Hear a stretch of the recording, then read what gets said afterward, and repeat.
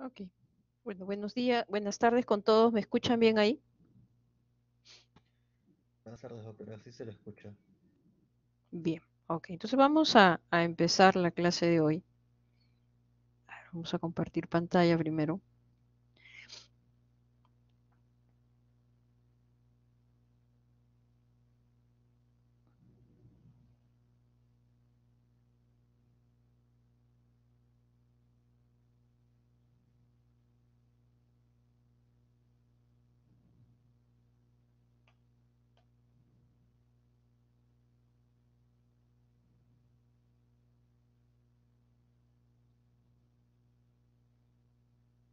Bien, entonces la clase que continúa el día de hoy en técnica operatoria es anatomía quirúrgica del hígado y páncreas y resecciones de hígado y de páncreas. En primer lugar, los objetivos de la clase va a ser conocer la anatomía quirúrgica tanto del hígado como del páncreas y reconocer las principales maniobras quirúrgicas en la técnica quirúrgica en ambos órganos. En relación al hígado, ¿no? Recordando anatomía, ¿no? El hígado es ese órgano voluminoso, ¿no? Que ocupa todo el hipocondrio derecho y epigastrio y que va a tener un lóbulo derecho y otro izquierdo, va a tener el ligamento, lo que es el ligamento falciforme, que va a llegar a lo que es el ligamento redondo, y además va a tener los ligamentos coronario, tanto coronario izquierdo como coronario derecho, y también los triangulares, tanto derecho como izquierdo. A su vez va a tener la vesícula biliar. Esta es otra visión de la glándula hepática, del hígado, del órgano hepático, ¿no? Diferentes impresiones conforme las relaciones que tiene con otros órganos. Recordar de que si uno ve la cara posterior del hígado, el lóbulo caudado o segmento 1 del hígado es el más posterior y va a estar entre lo que viene a ser la cava y la porta. Entonces el lóbulo cuadrado, que es la parte posterior de los segmentos anteriores, pero es tener en cuenta que este lóbulo caudado, que es el segmento 1, no es ni lóbulo derecho ni lóbulo izquierdo, esa parte y es posterior. Ok, algunas cosas que hay que tener en cuenta, ¿no? Si uno abriera la cavidad abdominal o lo viera por la paroscopía y se levanta la vesícula, se levanta un poco el hígado para poder observar estas estructuras, vamos a darnos cuenta, nos vamos a dar cuenta de que vamos a encontrar lo que es el epiplón menor o el gastrohepático, ¿no? El gastrohepático y también el epiplón mayor o el aumento mayor, ¿no? Que es el gastrocólico. Si uno pone atención, está la vesícula y uno va a mirar al costado, digamos, entre la vesícula y lo que viene a ser el gastrohepático, vamos a encontrar una estructura que se va a ver así amarillita, ¿no? Que es el ligamento hepatoduodenal, y si uno puede descubrir lo que hay detrás de este ligamento hepatoduodenal o dentro de este ligamento hepatoduodenal, vamos a encontrar lo que es vía biliar, arteria hepática y en la parte posterior la porta, ¿no? Esta distribución que se ve acá, ¿no? Y obviamente cada una de estas estructuras van a ir tanto al hígado derecho como al hígado izquierdo. Igualmente, ¿no? Recordar también de que si uno abre el epiplón mayor, vamos a llegar a la transcavidad de los epiplones y con esto vamos a ver un órgano retroperitoneal importante como es el páncreas. Entonces tener en cuenta, igualmente, ¿no? Si uno entra por acá atrás, vamos a encontrar el hiato de Wieslow que nos va a llevar también a la transcavidad de los epiplones, ¿no? Cuanto menos uno pasar una pinza por ahí. En lo que respecta al hígado, ¿no? Para reconocer la segmentación hepática o la anatomía quirúrgica del hígado, hay que tener en cuenta que en primer lugar el hígado, si uno traza una línea imaginaria llamada línea cabo vesicular, es decir, entre la cava y la vesícula, esta línea imaginaria llamada línea cabo vesicular o llamada también línea de Cantley, va a dividir el hígado derecho del hígado izquierdo, que justo coincide con lo que viene a ser la hepática media. Si uno, además de ello, ya dividimos acá hígado derecho de hígado izquierdo, si a la vez tomamos el plano longitudinal de la suprahepática derecha, vamos a encontrar que el hígado derecho se va a dividir en dos secciones. La sección anterior derecha, que va a estar entre la línea de Cantri o línea cabo vesicular y la hepática derecha, ¿no? Esto va a ser todo lo correspondiente a la sección anterior derecha del hígado y todo lo que vaya desde la hepática derecha, ¿no? La hepática derecha y el borde derecho del hígado va a corresponder a lo que es la sección posterior derecha del hígado. En relación al lado izquierdo, ¿no? En relación al lado izquierdo tenemos una referencia anatómica que es visible, que viene a ser el ligamento falciforme, y el ligamento falciforme más o menos va a transcurrir también al nivel de lo que viene a ser la hepática izquierda. Entonces, esta estructura del falciforme, que corresponde también a que está debajo de la hepática izquierda, vamos a tener una sección medial izquierda, la sección medial izquierda que va a estar entre la línea cabo vesicular o línea de Cantri y el ligamento falciforme o hepática media, hepática izquierda, vamos a tener a lo que es la sección medial izquierda. Y lo que vamos a encontrar del ligamento falciforme hacia el borde hepático izquierdo, o también llamada lo que viene a ser la hepática izquierda y el borde hepático del hígado izquierdo, vamos a encontrar lo que es la sección lateral izquierda. Vale decir que las estructuras de la suprahepática derecha, media e izquierda van a dividir longitudinalmente al hígado en 4 secciones. La sección posterior derecha, la sección anterior derecha, que son parte del lóbulo derecho, y la sección medial izquierda y la sección lateral izquierda, que son parte del lóbulo hepático izquierdo.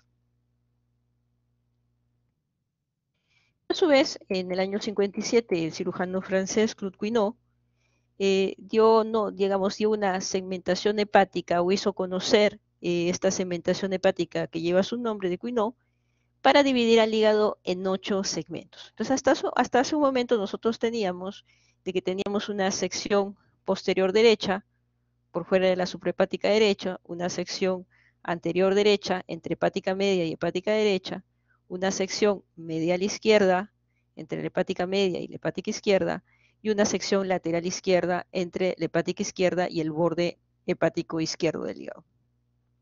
Pero los segmentos, además de ello, estas eran las secciones, pero para encontrar los segmentos teníamos que tener también una división de tipo horizontal, o tangencial o transversal, y eso va a darlo lo que viene a ser la porta derecha y la porta izquierda. Entonces, la porta derecha va a dividir estas secciones en segmentos superiores y segmentos inferiores, e igualmente la porta izquierda va a dividir estas secciones en segmentos superiores y segmentos inferiores. Tal es así que cuando uno ve ya la porta derecha y estamos en la sección posterior derecha del hígado, lo que esté por encima de la porta derecha va a estar lo que es el segmento 7 y lo que está por debajo será el segmento 6. Si estamos en el territorio de la sección anterior derecha del hígado, igualmente vemos porta derecha, por encima de la porta derecha, segmento 8, por debajo, segmento 5. Igualmente, la porta izquierda, cuando vemos la sección medial izquierda del hígado, toda la sección medial izquierda del hígado es el llamado segmento 4, pero este se puede subdividir en 4A, digamos el segmento superior, el subsegmento superior, y el 4B, que es el subsegmento inferior, que va a estar por encima de la porta izquierda, el 4A, y por debajo de la porta izquierda, el 4B. Estamos hablando de subsegmentos, ¿no? Pero en buena cuenta, todo el segmento 4 está dado por la sección medial izquierda del hígado. Y si nosotros nos vamos a la sección lateral izquierda, ¿no? Vamos a encontrar que por encima de la porta izquierda en esta sección vamos a encontrar el segmento 2, que viene a ser el segmento superior de esta sección, y el segmento inferior, que es el segmento 3. ¿Ok? Entonces hasta acá tendríamos el segmento 2, 4, 2, 3, 4, 5, 6, 7 y 8, y el 1, que dijimos hace un momento que era el caudado, ese sí es posterior y está entre la cava y la porta, es un lóbulo aparte del hígado, ¿no? Entonces hay diferentes formas de recordar, mnemotecnias que podemos utilizar para acordarnos de esta segmentación de Quinault.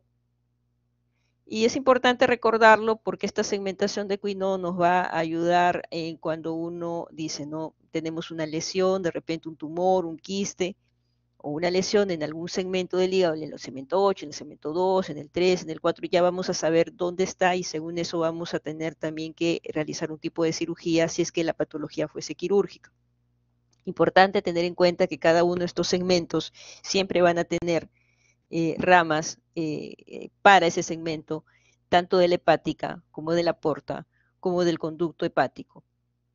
Igualmente va a recogerse, va a llevarse la sangre, lo que va a ser alguna rama de lo que viene a ser la hepática derecha, media o izquierda, dependiendo qué segmento estaríamos estudiando, abordando. Recordar igualmente que también acá la parte, como vemos la parte posterior, no vemos acá el segmento 1, la cava, la porta abajo, y vemos lo que es el ligamento retrohepático, ¿no? Es la cara posterior del hígado, como se van reflejando también cada una de sus estructuras. Es importante esta segmentación hepática porque cuando nosotros nos llegue un informe de ecografía o cuando estemos viendo una tomografía, ¿no? Igualmente vamos a poder saber dónde está cada uno de estos segmentos. Entonces, por ejemplo, ¿no? En este gráfico primero tenemos, esta es la cava, esta es la aorta, vemos hepática derecha, hepática media, hepática izquierda. Entonces vamos a ver que en este momento todavía no está la porta está mucho más abajo, por lo tanto estamos hablando de los segmentos superiores. Entonces entre hepática derecha y el borde derecho hepático tendremos el segmento superior 7, entre la hepática media y la hepática derecha tendremos el segmento 8, entre la hepática media y la izquierda tendremos al subsegmento 4A, entre la hepática izquierda y el borde izquierdo del hígado tendremos al segmento 2, ¿no? Todos los que vienen a ser los segmentos superiores de aquellas secciones hepáticas que comentábamos hace un momento, ¿no? Igualmente vamos bajando y vamos viendo ya que comienza a aparecer porta izquierda y porta derecha. Entonces ya acá vamos a ver los segmentos inferiores, ¿no? Que vendría a ser el 6, el 5, el 4B y el 3, ¿no? Vamos más abajo, vemos acá la vesícula biliar, tenemos el 5, el 4B, el 6 que está en relación con el riñón. Entonces, dependiendo qué corte, como vamos viendo la tomografía, vamos a ir poder saber dónde está la lesión o el tumor o el quiste del que pudieran comentarnos en el informe o lo que queremos ver de repente para diagnosticar un paciente y dar algún tipo de tratamiento. ¿No? Acá es otra visión diferente, ¿no? Pero es lo mismo, viene a ser lo mismo, como uno se puede ir orientando con esta segmentación hepática. Entonces, en base a ello es que hubo en Brisbane, en la clasificación de Brisbane del 2000, nos habla de la nomenclatura de las resecciones hepáticas, ¿no? Para que en todos sitios, cuando se diga hepatectomía derecha o seccionectomía posterior derecha, sea acá en Barcelona, en Beijing, sea exactamente lo mismo. Entonces, para ello, recordando los segmentos hepáticos, si nosotros vamos a hacer, no se hubiese de repente un hepatocarcinoma de repente que está en el centro, digamos, ocupando el segmento 5, 6, 7 y 8, es decir, casi todo el lóbulo hepático derecho. Entonces, en ese caso, si nosotros vamos a hacer una resección de estos segmentos o lóbulo hepático derecho, lo que vamos a hacer es una hepatectomía derecha. ¿Okay? Si es que nosotros vamos a hacer una resección hepática del segmento 4, 2 y 3, es decir, el lóbulo izquierdo, vamos a hablar de una hepatectomía izquierda. Si nosotros vamos a hacer una resección hepática de la sección anterior derecha del hígado, es decir, segmento 5 y segmento 8, entonces el tipo de cirugía se llamará seccionectomía anterior derecha. Igualmente, ¿no? Si nosotros vamos a hacer la resección de la sección posterior derecha del hígado, es decir, segmento 7 y segmento 6, el nombre de la operación sería una seccionectomía posterior derecha. Si nosotros vamos a realizar una resección del segmento 4 completo con sus subsegmentos, todo el segmento 4 o sección medial izquierda del hígado, entonces el tipo de cirugía se llamará pues una seccionectomía medial izquierda del hígado. Y si vamos a hacer una resección del segmento 2 y 3, es decir, de la sección lateral izquierda, nosotros estaríamos haciendo una cirugía que se llamaría una seccionectomía lateral izquierda. Si nosotros vamos a hacer la resección de un segmento, ¿no? Un solo segmento, por ejemplo, el segmento 6, entonces se llamará segmentectomía del 6. Si de repente yo solamente quiero sacar el segmento 2, se llamará segmentectomía del 2. Si de repente es del 7, será segmentectomía del 7. Siempre hay que ponerle el nombre, ¿no? Si ponemos segmentectomía a secas, no sabemos qué segmento es. Entonces, usted se hizo una segmentectomía, pero ¿de dónde? ¿Del 2, del 4, del 8, del 7? Es diferente. Entonces hay que tener en cuenta siempre, cuando hay una segmentectomía, explicar qué segmento fue el que se sacó. Si hubo una bisegmentectomía, es cuando están de alguna manera, son dos segmentos continuos. Por ejemplo, acá tenemos dos segmentos continuos que son el 5 y el 6, entonces se estaría hablando de una bisegmentectomía del 5 y del 6. Si por ejemplo fuera del 7 y del 8, vamos a sacar el 7 y el 8, estaríamos hablando de una bisegmentectomía del 7 y del 8. Igualmente ahí también se tiene que especificar. Cuando de repente hay una neoplasia muy grande, son múltiples metástasis y se tiene que hacer una resección hepática pero ampliada. Entonces, si además de lo que habíamos dicho hace un momento, que era una hepatectomía derecha, sacando todo el lóbulo derecho, si además de eso tuviéramos que sacar la sección medial izquierda o segmento 4 del hígado, estaríamos hablando de una hepatectomía derecha ampliada o extendida. ¿Ok?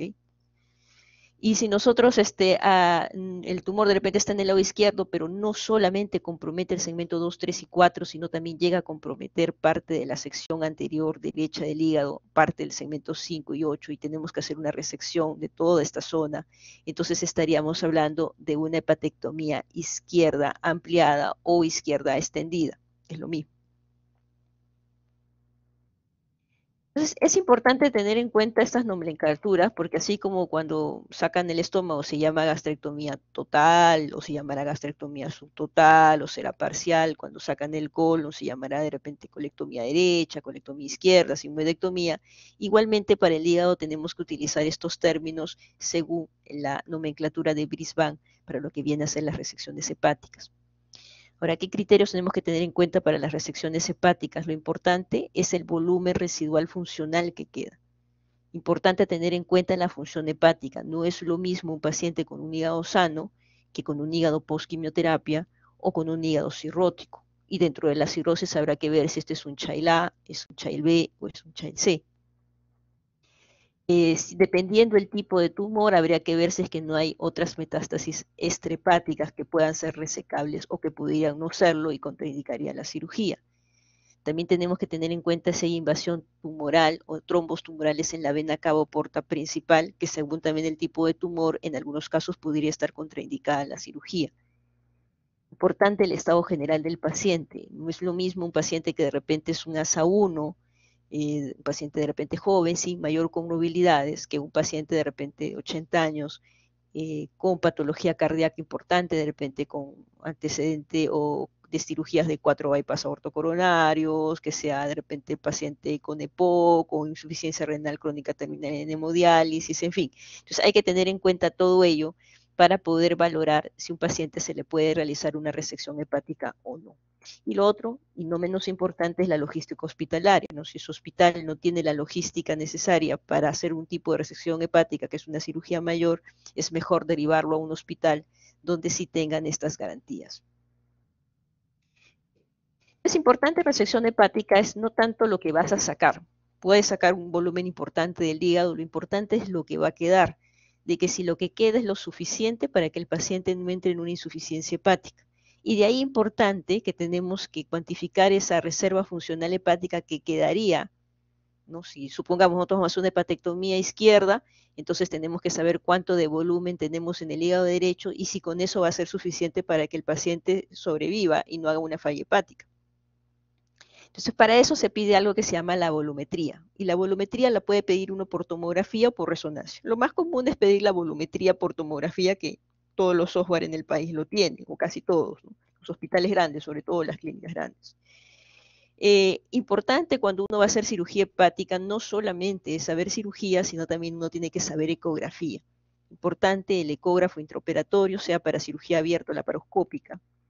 Y el hígado tiene la particularidad de ser un poco más, por así decirlo, un poco más laxo, un poco más friable que el resto de órganos. Entonces tiene mayor sensibilidad o posibilidad que esté sangre.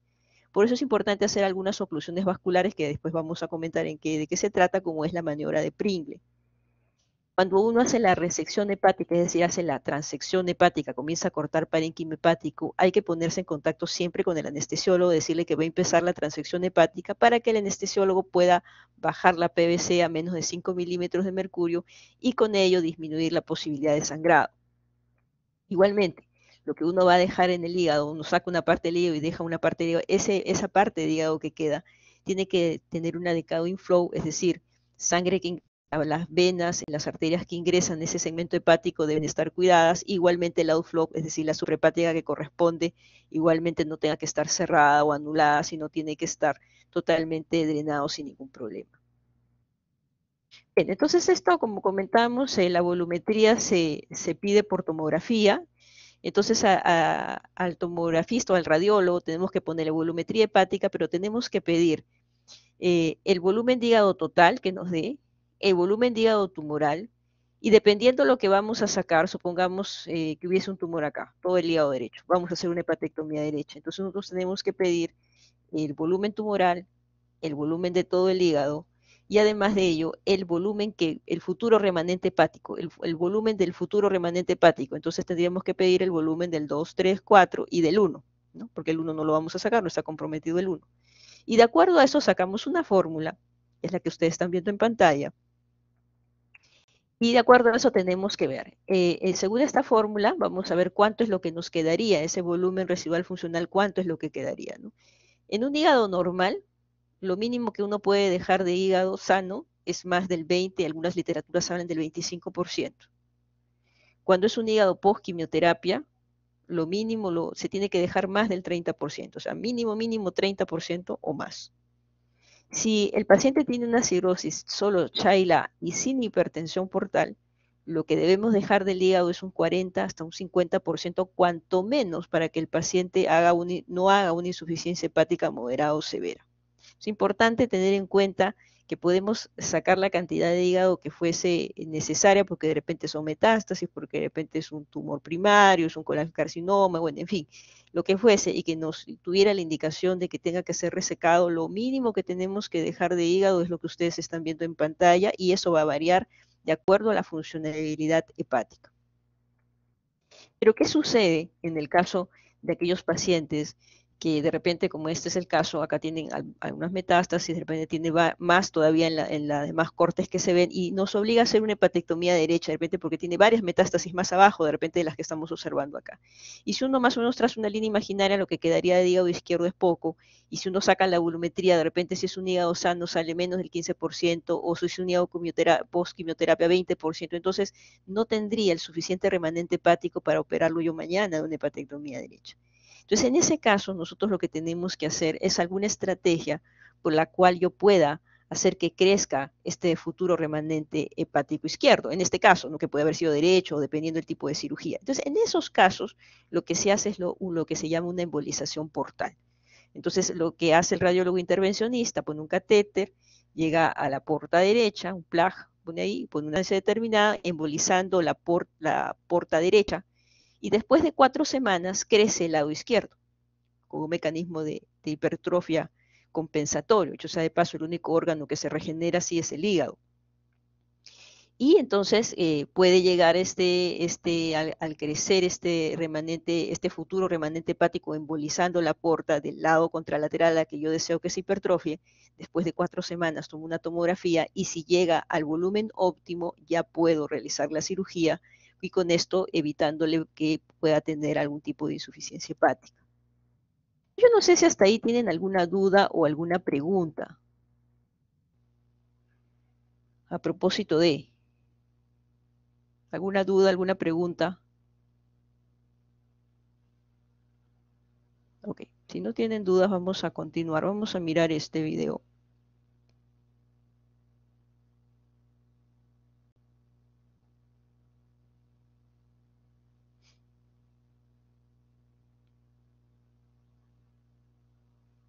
The patient is a 57. Ok, ¿se escucha y se ve el video? Sí, doctora. Entonces, esto para que tengan una idea en qué consistiría una embolización de porta derecha, porque a veces cuando uno lo dice pudiera ser algo un poco abstracto y pudiera no comprenderse adecuadamente. Ok, vamos a mirar este video. Male, infected with hepatitis C, which caused mild child's A cirrhosis with no portal hypertension. Este es un paciente que tiene un hepatocarcinoma, bien como lo comentan ahí, hepatitis C, cirrosis hepática, Chaila sin hipertensión portal. ¿Okay? A 3.2 centimeter hepatocellular carcinoma was found in segments 7 and 8 during surveillance imaging. The tumor also involved the main right hepatic vein. A formal right hepatectomy was considered as treatment. However, the future liver remnant, FLR, Bien, entonces, por ejemplo, ¿no? A pesar de que es un tumor pequeño, justo está involucrando la suprahepática derecha y eso nos obligaría a hacer una hepatectomía derecha necesariamente en este tipo de pacientes, porque está comprometiendo la hepática derecha.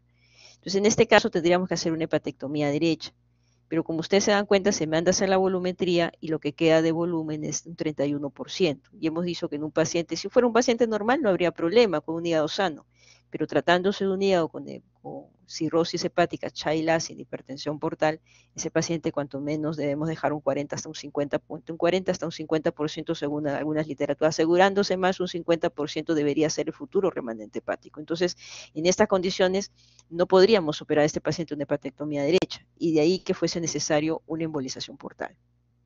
volume of 31.4% was inadequate.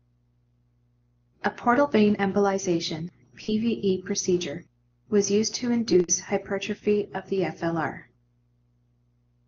A catheter is inserted into the ipsilateral right portal vein, RPV, using a transhepatic approach.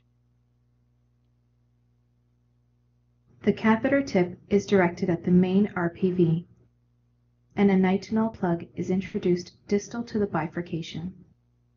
The occlusion of the RPV prevents the embolizing agent from migrating to the left lobe.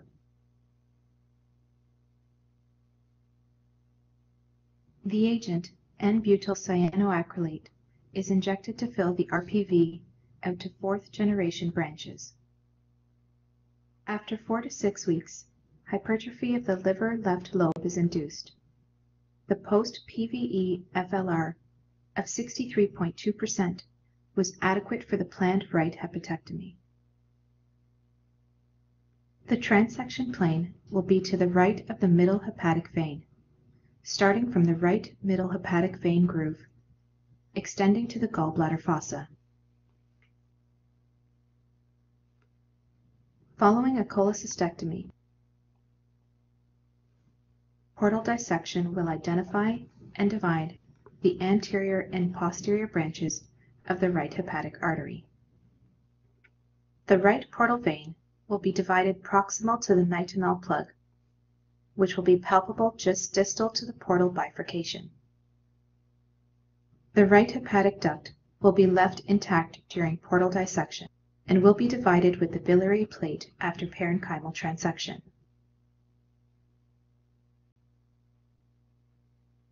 The procedure starts with a hockey stick incision, and the falciform ligament is divided.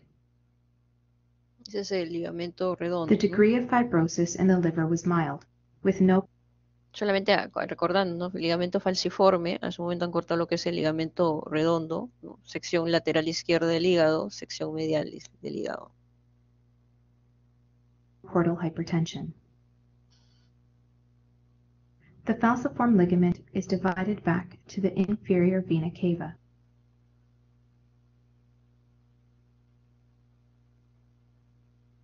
And the right middle groove is identified. The left triangular ligament is intentionally left intact.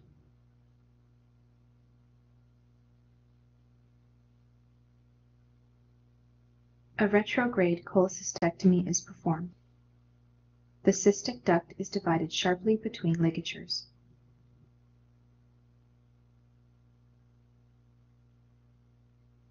Dissection of the right portal structures then commences.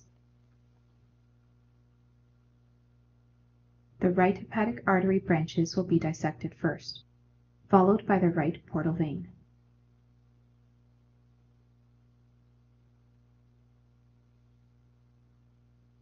The posterior branch of the right hepatic artery is dissected first.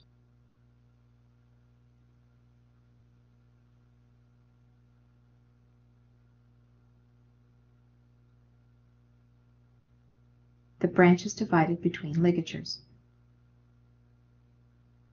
The anterior branch of the right hepatic artery is dissected next.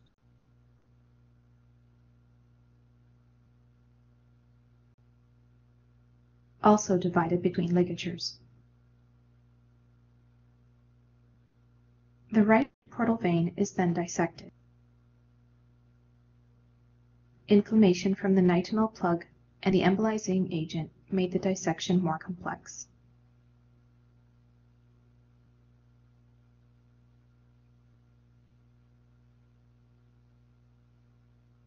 The origin of the left portal vein is identified.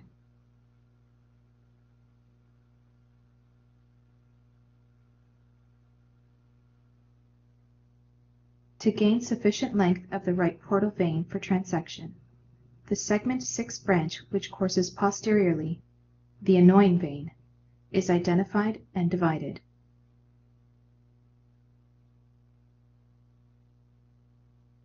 This branch is divided between ligatures. The right portal vein is then encircled with a vascular loop proximal to the plug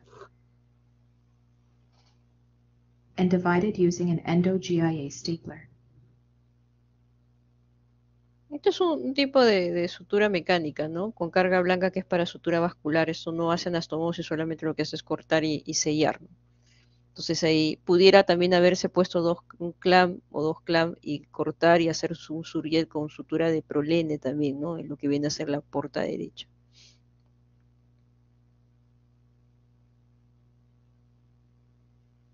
On the liver surface, demarcation is observed along Cantley's line. The right lobe is mobilized from the diaphragm and retroperitoneum. Entonces se corta todo lo que viene a ser primero triangular, después coronario derecho. Se observa lo que es la vena Short veins cava. from segments 6 and 7 are divided to mobilize the right lobe off the IVC. Se cortan los vasitos que The van right también al hepatic lóbulo vein is caudado. encircled Y acá tenemos lo que viene a ser la hepática and derecha. divided with an endo-GIA stapler. Entonces ya movilizado todo el hígado derecho, lo que vamos a hacer es la transección Beginning from the hepática, ¿no? gallbladder fossa, the transection plane is marked on the anterior surface of the liver, along the line of demarcation. The plane terminates at the divided right hepatic vein. An umbilical tape is placed through the right middle groove, Se puede poner una cintilla passing acá. posterior to the liver and around the divided. Esta cintilla se puede colocar entre la cava, como ya está liberado todo el hígado derecho, entre la cava y el hígado. Y la intención va a ser que al hacer la transección, esto se llama lo que viene a ser la cintilla esta, nos puede ayudar a que cuando hagamos la transección hepática, cuando ya estamos justo por llegar en la parte más posterior, no vayamos a cortar la cava porque vamos a encontrar esta cintilla. Bueno, realmente no es necesario usar siempre la cintilla, pero cuanto menos nos ayuda a ir levantando esta parte y no a lesionar en algún momento la cava. Es lo que se llama el hanging maneuver, ¿no? Se puede hacer para cirugía abierta, se puede hacer para cirugía laparoscópica, ¿no? Esta cintilla que está levantando el hígado por encima de la cava. Hepatic arteries and portal vein. The tape acts as a sling that facilitates the hanging liver maneuver, serving as a target for the transection plane, keeping dissection to the right of the middle hepatic vein. The transection plane is marked with electrocautery.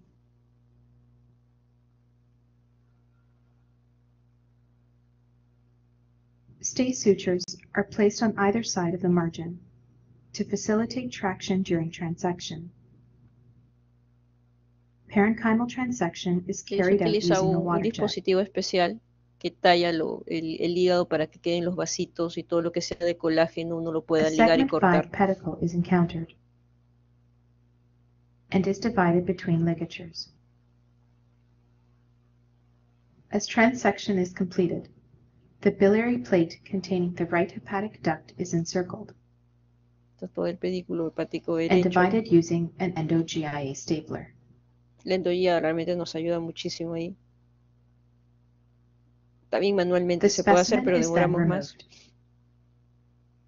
Bueno, ok. Entonces eso es más o menos lo que sería una hepatectomía derecha post embolización de de porta, ¿no? Post-embolización de porta derecha, cuando vemos de que nuestro remanente va a ser muy, muy poco, ¿no? Muy, muy pobre y tenemos que justamente hacer esta embolización.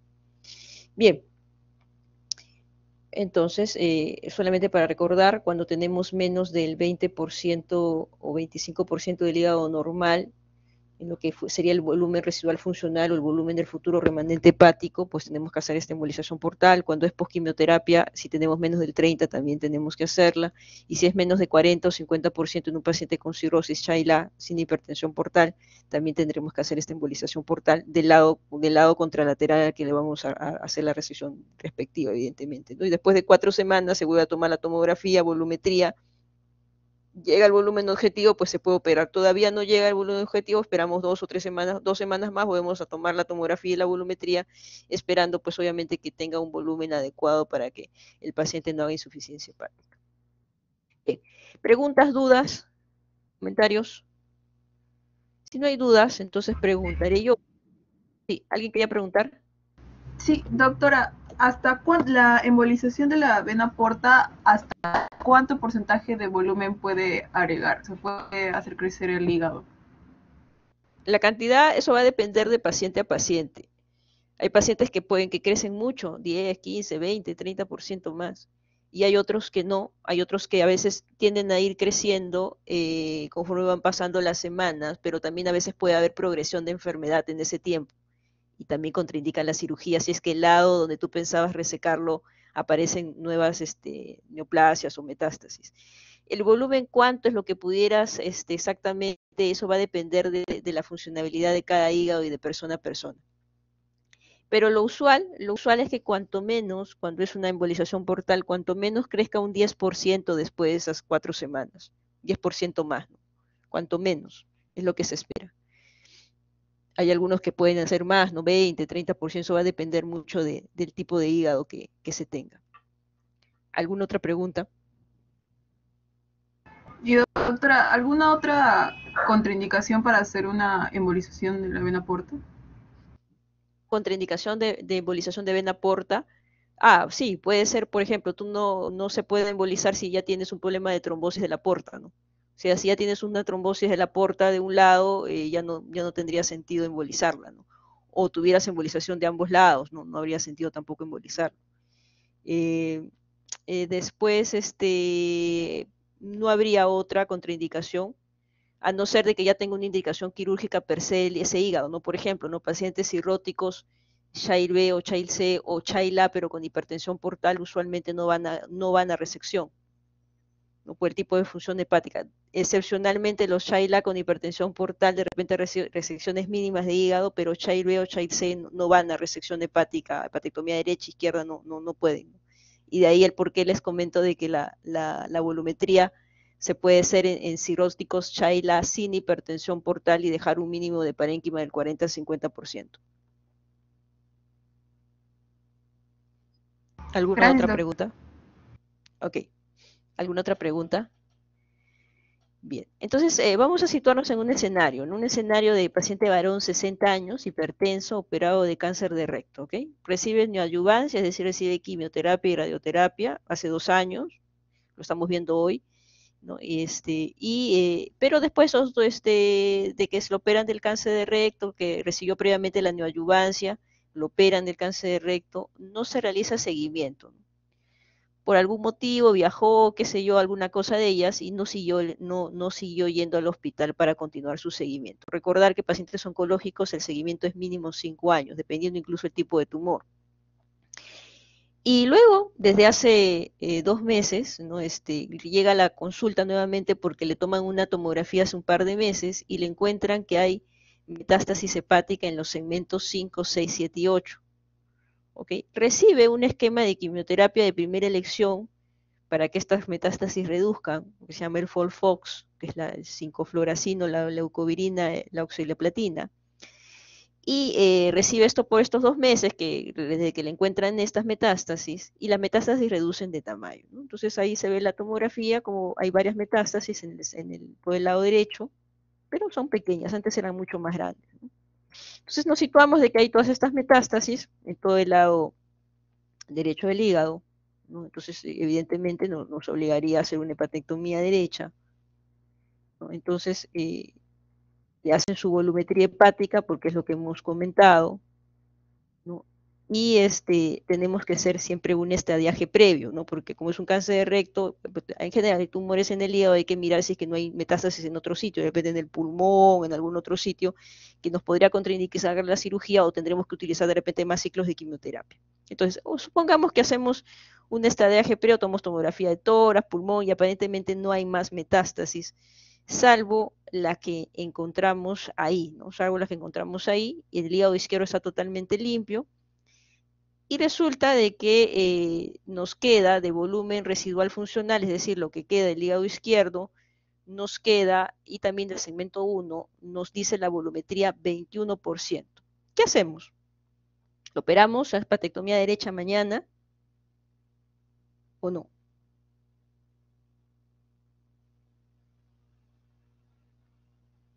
¿Qué hacemos con este paciente? Jimena. Sí, doctora, como es menos del 30%, habría que hacer una embolización de la vena porta primero.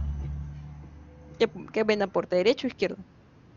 Era la derecha para que crezca. La derecha, claro, ok. Sí, la derecha, está bien, la derecha, porque vamos a hacer una hepatectomía derecha, vamos a embolizar la derecha para que crezca la izquierda, ¿no es cierto? Entonces, eso es lo que tendríamos que realizar, ¿no es cierto? Tendríamos que realizar una embolización de la porta derecha y solicitar una tomografía con volumetría después de 4 semanas, ¿no? Siempre importante el estadiaje previo, la volumetría hepática, importante en cirugía hepática, y después de eso vemos, después de las 4 semanas tiene 35%, entonces ya podemos proceder a la hepatectomía derecha de este paciente. ¿Sí? Importante tener en cuenta siempre toda la logística necesaria, ecógrafo, si vamos a hacer cirugía laparoscópica, pues traductor para laparoscopía, traductor para cirugía abierta, conocer bien ecografía, si vamos a hacer cirugía hepática. Ahora, en cirugía hepática hay 2 tipos de resecciones, las resecciones anatómicas y las resecciones no anatómicas. Las resecciones anatómicas son las que siguen los segmentos, ¿no? Como los segmentos que hemos comentado de Coinot y que son estos tipos de resecciones que hemos visto de las de Brisbane, ¿no? Hepatectomía derecha, seccionectomía posterior derecha, seccionectomía lateral izquierda, segmentectomía del 5, ¿no? Siguen un segmento, o 2 o 3, ¿no? Esas son resecciones anatómicas, que usualmente van con lo que viene a ser hepatocarcinoma o con angiocarcinoma, ese tipo de biología tumoral, ese tipo de tumores, nos obligan a hacer resecciones anatómicas. Pero hay otro tipo de tumores, como son las metástasis hepáticas, de carcinoma colorectal o de mama, o de algunos otros sitios, dependiendo también del tipo de biología molecular, y algunos de ellos se pueden resecar, no todos, pero algunos de ellos se pueden resecar, y cuando son, digamos, aisladas, y no son múltiples en un determinado sitio que nos obliga a sacar todo el segmento, de repente si están en un lado del hígado aisladas, lo que se pueden hacer son resecciones no anatómicas, es decir, no hacemos si está acá, por ejemplo, en el segmento 8, no sacamos todo el segmento 8, sino sacamos dándole un margen de un par de centímetros alrededor, sacamos la metástasis como en sacabocado, por así decirlo. Entonces son resecciones locales, lo que se llama metastasectomía. Como la metástasis hepática de cáncer colorectal, o de mama o tumores neuroendocrinos, podemos hacer este tipo de resecciones no anatómicas, porque no necesitamos sacar todo el segmento debido a la biología tumoral que tiene, diferente a las hepatocarcinomas o colangiocarcinomas que sí tenemos que seguir los segmentos porque de esa forma es como se propaga el tumor. Y resecciones anatómicas estamos sacando, ¿no? Sacando pedacillos para hacer locales, ¿no? De las zonas que están con las metástasis, ¿no? Incisiones para cirugía hepática, podemos hacer una mediana, podemos hacer una incisión de Macucci, una incisión de Mercedes B, una incisión subcostal bilateral o de Chevron, ¿no? Para poder hacer la resección hepática. Eso va a depender del cirujano y también del tipo de paciente que haya, ¿no? Una cosa, un paciente gordito y un paciente delgado es diferente, probablemente tengamos que hacer diferentes tipos de incisiones.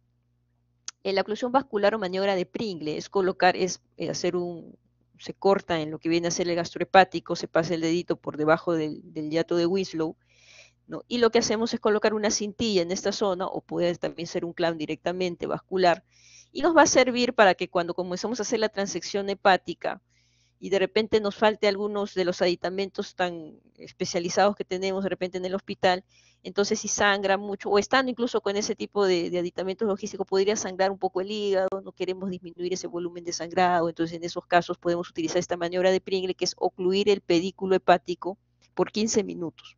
Sea con una cintilla o sea con un clamp, se ocluye el pedículo hepático por 15 minutos, avanzando la resección, controlando el sangrado, porque eso disminuye obviamente el afluente sanguíneo y con esto disminuye el sangrado.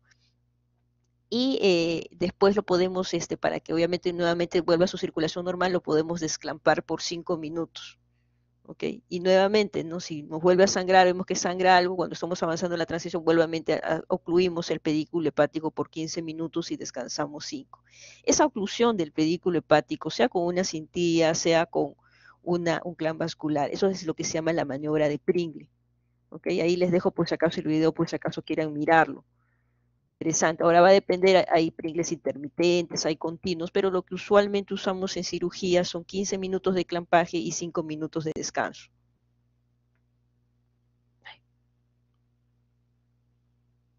Bien. Vamos a ir avanzando. Estos sectores ultrasónicos en el video que vimos hace un momento, vimos lo que es el hidrojet, esto es lo que es el CUSA, es energía de radiofrecuencia que prácticamente por vibración hace destruir las células, los hepatocitos, pero no es capaz de destruir las fibras colágenas, ¿no? De ahí el por qué no rompo estructuras vasculares o biliares, ¿no? Entonces prácticamente lo tallo y de ahí ya le puedo poner clips o le puedo poner ligaduras y cortarlo. Este es un tipo de energía de radiofrecuencia también que nos va a ayudar para lo que es cauterización. Acá hay bipolares, pueden haber abiertos, cirugía para cirugía abierta, para cirugía laparoscópica, este es el CUSA, este es el argón que nos sirve también para hacer hemostasia de las superficies, ¿no?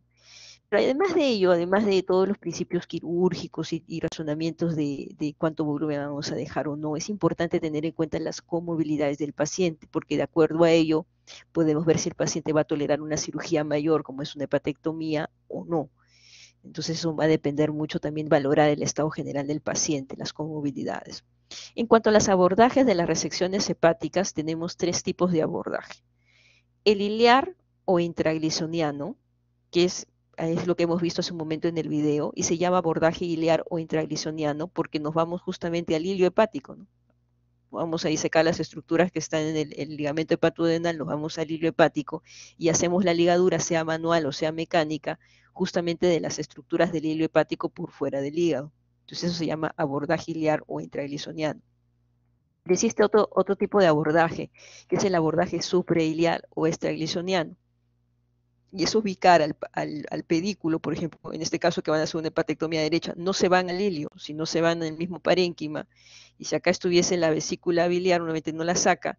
Y esa altura donde está la vesícula biliar, uno hace un huequillo por la parte superior y otro por la parte de abajo, de donde viene a ser el surco de Rubier. Donde hay un surco de Rubier acá, que uno al transparentar, cuando uno ve de repente una colecistectomía, algo, va a transparentarse lo que es el surco de Rubier. Entonces uno hace un huequito por encima de ese surco de Rubier, otro huequito por debajo, en el mismo parénquima, no en el ilio, ¿no? Y acá coloca así de todas maneras, acá necesitas de todas maneras una sutura mecánica. Entonces ocluyes igualmente el pedículo derecho o el pedículo izquierdo, dependiendo de lo que vas a hacer. Pero en este caso ya sería un abordaje suprailiar o extragliceniano, ¿no? Acá ponen el huequillo, se ponen ahí la estructura y va por encima del pedículo. Y la consecuencia va a ser la misma, porque estás quitando la irrigación al lado donde vas a sacarlo.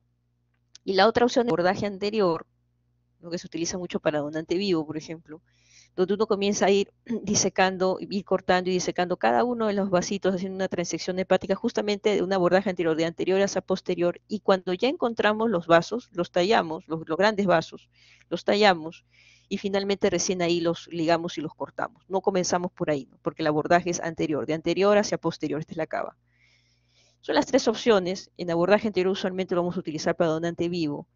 El abordaje iliar o intragliceniano es que es el que usualmente usamos, y algunos cirujanos optan también por este abordaje y también pudiera ser una opción. Pero son los 3 abordajes que se utilizan en cirugía hepática de resección hepática. También tenemos que tener en cuenta que cirugía laparoscópica también se hace en resecciones hepáticas, tanto de tumores hepáticos benignos y malignos. Lo que se ha demostrado de que no hay mayor, digamos, no disminuyen los resultados clínicos si se hace abierto laparoscópica. La laparoscópica no va a aumentar ni la recurrencia y la sobrevida es igual a 5 años si lo haces por laparoscópica o por cirugía abierta. Las ventajas de la laparoscopía sobre la abierta en cirugía hepática es que hay un poco menos de pérdida de sangre, hay un poco menos de estancia hospitalaria porque obviamente hay menos dolor posoperatorio, hay menos posibilidad de infección de sitio quirúrgico superficial. Y con esto las complicaciones pueden disminuir un poco más que todo por complicaciones de la misma pared. Pero en lo que se respecta al otro tipo de resultados clínicos es exactamente el mismo abierto en la laparoscopía, pero con las ventajas claras evidentemente de la laparoscopía, que fundamentalmente es dolor, es estético y además de eso las complicaciones de las paredes abdominales cuando es un corte uno grande, ¿no? La maniobra de Hanke hace un momento lo vimos, lo de la cintilla que comentábamos, cintilla esta que comentábamos, que lo vimos en el video. Bien. Entonces, hasta ahí lo que viene a ser es cirugía hepática. Ahora, cirugía de páncreas brevemente comentaremos. Recordar siempre la anatomía, ¿no? Cabeza de páncreas, cuello de páncreas, cuerpo y cola. Recordar igualmente de que esta glándula pancreática prácticamente hace una unidad con el duodeno y de ahí que tengan estructuras de vascularización similares. Tener en cuenta que las arterias pancreatoduodenales son los que van a principalmente justamente irrigar, como su mismo nombre lo dice, tanto el páncreas como el duodeno. Recordar que la pancreatoduodenales superiores, tanto anterior y posterior, vienen de la gastroduodenal, que es rama de la hepática, y las pancreatoduodenales inferiores, anteriores y posteriores van a venir de la mesentérica superior. Sobre todo esto es lo que van a dar irrigación a lo que viene a ser la cabeza del páncreas. Pero también vamos a tener lo que es la pancreática magna, la pancreática dorsal, la pancreática transversa, los vasos cortos, ¿no? Que muchos de estos son ramas de la arteria esplénica. Recordar igualmente que en la parte posterior va a estar en lo que viene a ser el colédoco, introduce en la parte retropancreática para que finalmente el colédoco, como el wirsum, va a desembocar en la segunda porción del duodeno. Cuando uno levanta el duodeno de esta forma, que es la maniobra de Kocher, vamos a poder ver lo que es cava, vena renal derecha y el riñón derecho. Igualmente, así como hay una serie de vascularización arterial, también vamos a tener venosa.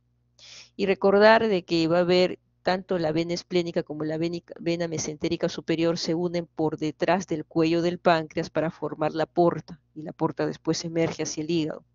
Esta esplénica ya de alguna manera ya se unió con la mesentérica inferior muchas veces. A veces se juntan todas, pero usualmente la mesentérica inferior se junta un poco antes con la esplénica para que juntos la esplénica y mesentérica superior conformen lo que es el eje esplenoportal y va a hacer lo que viene a ser la porta, ¿no? Y tener en cuenta que esta vena porta que se forma por detrás del cuello del páncreas usualmente no va a tener ramas anteriores. Importante a tener en cuenta en la cirugía de Whipple. La duodenopancreatectomía de Whipple es cuando se saca la cabeza y el duodeno porque van juntos. Además se saca parte de la vía biliar y la parte del estómago distal cuando no es con preservación de píloro. Y esta duodenopancreatectomía de Whipple fundamentalmente las indicaciones son tumores periampulares, ¿no? Tumores de cabeza de páncreas, tumores de colédoco distal, tumores de ampolla de Vater, de tumores de duodeno de segunda porción. Y las contraindicaciones para hacer esta cirugía, que es bien grande, son obviamente que existan metástasis, ¿no? Si existen metástasis para un adenocarcinoma de páncreas, por ejemplo, ya no hay forma, ¿no? O si hubiese algún compromiso del tronco celíaco de sus ramas o de los vasos mesentéricos, sobre todo de arteria mesentérica superior. Y podemos sacar una tomografía y vamos a ver acá, esto es aorta, esto es cava, esto es riñón, vena renal izquierda. Tenemos acá lo que viene a ser la cabeza del páncreas, el duodeno, y tenemos lo que viene a ser la vena mesentérica superior y la arteria mesentérica superior. Y si ustedes ven acá hay un tumor en la cabeza del páncreas pequeño que incluso está dilatando un poco, dilatando algo el wirsum, pero si usted ve hay una separación, por así decirlo, entre lo que viene a ser la cabeza del páncreas tumoral y los vasos mesentéricos. Entonces, en estos casos, cuando uno ve este escenario, definitivamente este tumor es resecable y este tipo de tumor va para una cirugía de Whipple. Pero tenemos otros casos donde ya el tumor ya no hay esta separación, sino prácticamente está muy pegado tanto a vena y arteria. Entonces, en estos casos ya es una tumoración borderline, ¿no? De repente la vena se puede resecar una parte de la vena que esté tomada y se puede juntar la vena que está bien, en buenas condiciones, la vena mesentérica o la vena porta. Pero con la arteria sí hay muchas dudas al respecto porque no mejora mucho la sobrevida. Entonces, en estos casos, cuando es borderline, no compromete más de 180 grados de tanto de vena o arteria. En estos casos, pudiéramos dar un tipo de neoadyuvancia, una quimioterapia pudiéramos dar, y después reevaluar el caso. En algunos casos esto mejora, hay una mejor separación y podemos hacer la cirugía de Whipple. En otros casos no se puede, ya sería una tumoración localmente avanzada, no habría posibilidad de cirugía.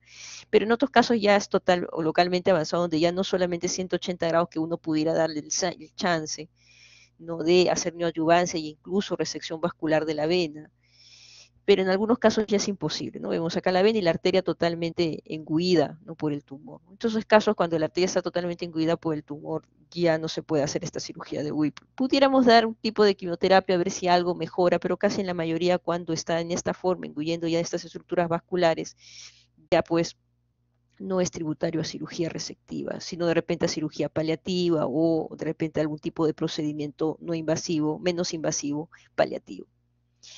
Entonces, tener en cuenta esto de la cabeza del páncreas duodeno, vemos los vasos mesentéricos, recordarnos, si uno recuerda anatomía, vemos justamente los vasos mesentéricos al costado de la cabeza del páncreas, muy tener en cuenta cuando sacamos el proceso uncinado, por ejemplo, ¿no?, que tenemos que estar separando de estos vasos cuando hacemos esta cirugía de Whipple.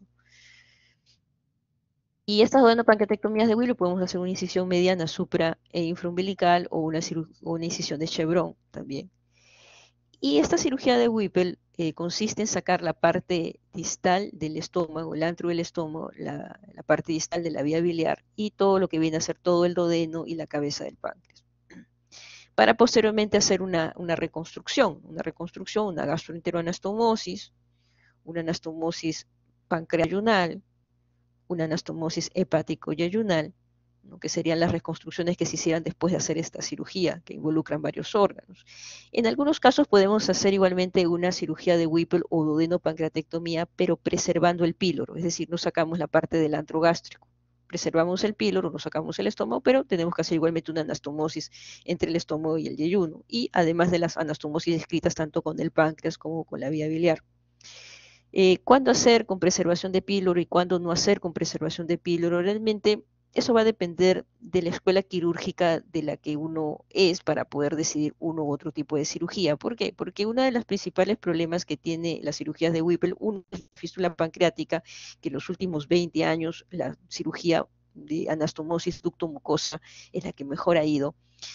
Sin embargo, una de las principales complicaciones también es que el paciente tiene problemas en el vaciamiento gástrico, ¿no? Se llena con mucha facilidad, no come mucho, en fin, ¿no? En algunos pacientes se da, en otros no, o demora un poco en que se aclimate, digamos, estas nuevas condiciones o esta nueva estructura que pudiera tener. Entonces lo que se vio es que de repente no se sacara el estómago, la parte del antro, porque el píloro pudiera ayudar en esto. Entonces de alguna manera dijeron, mejor lo hacemos con preservación de píloro. Pero ¿qué es lo que se vio después en los papers? Que cuando uno compara con preservación de píloro o sin preservación de píloro, realmente no cambia este retardo del vaciamiento gástrico post cirugía de Whipple. ¿Okay? Entonces, lo que se ha optado es o bien hacer esta con preservación de píloro o sin preservación de píloro, pero cuando hay sin preservación de píloro, sacar todo el antro gástrico de preferencia. Y bueno, y hacer las reconstrucciones dependiendo del tipo de cirugía que se haya optado.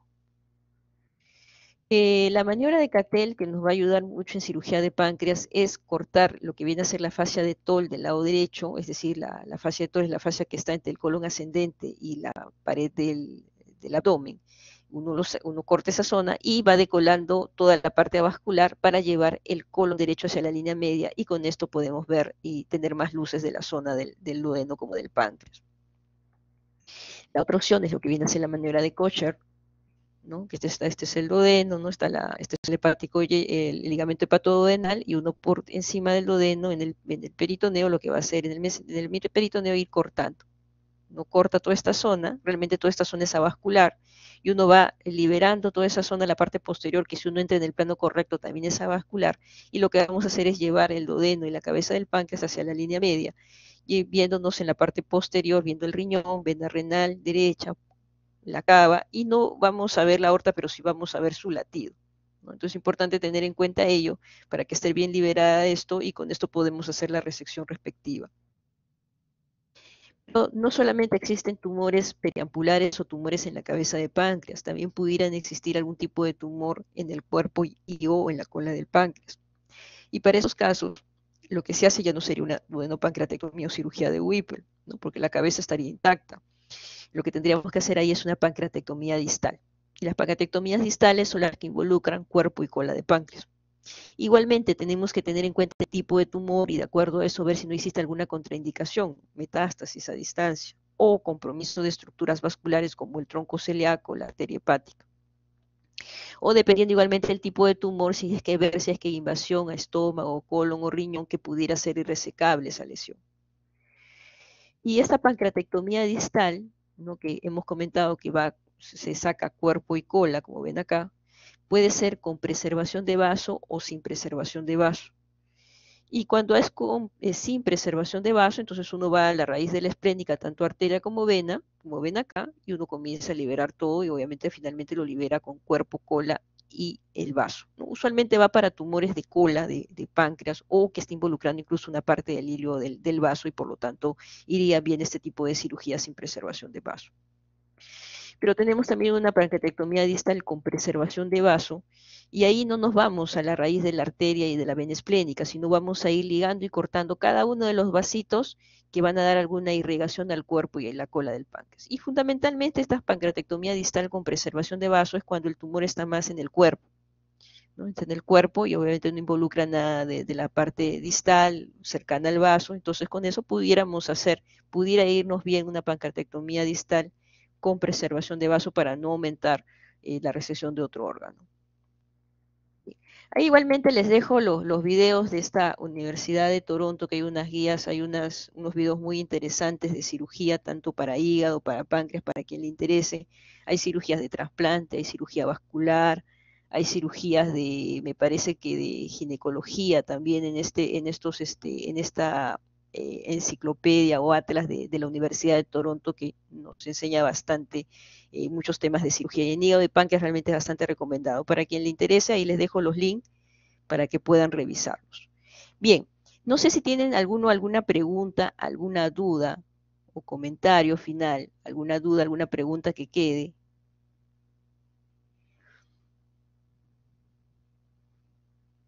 Algo que por ahí quisieran preguntar a propósito de la clase.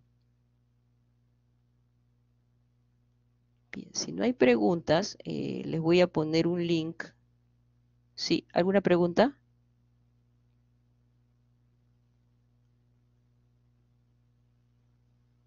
Todo claro. Todo Ok, claro, doctora. ok. Bien. En ese link, todos ingresen en ese link y es la asistencia de mi clase, ¿ok? Entonces, entren al link y pongan su nombre y su correo electrónico, me parece que es. Y de ahí, bueno, pueden salir ya a la clase de anestesiología que les toca, me parece, ¿no?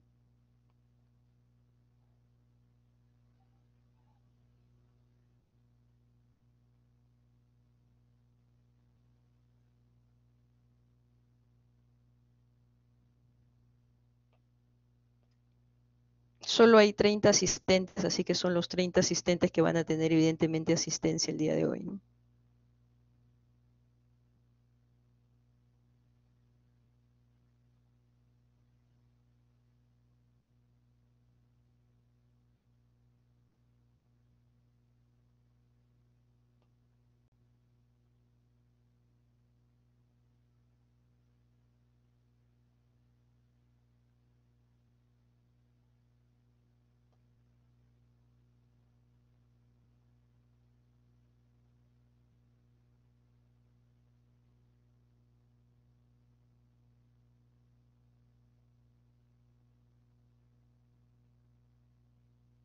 Solo faltan 4.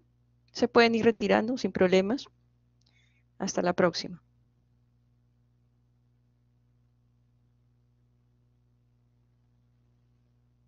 Chao, chao, chao chicos, nos vemos.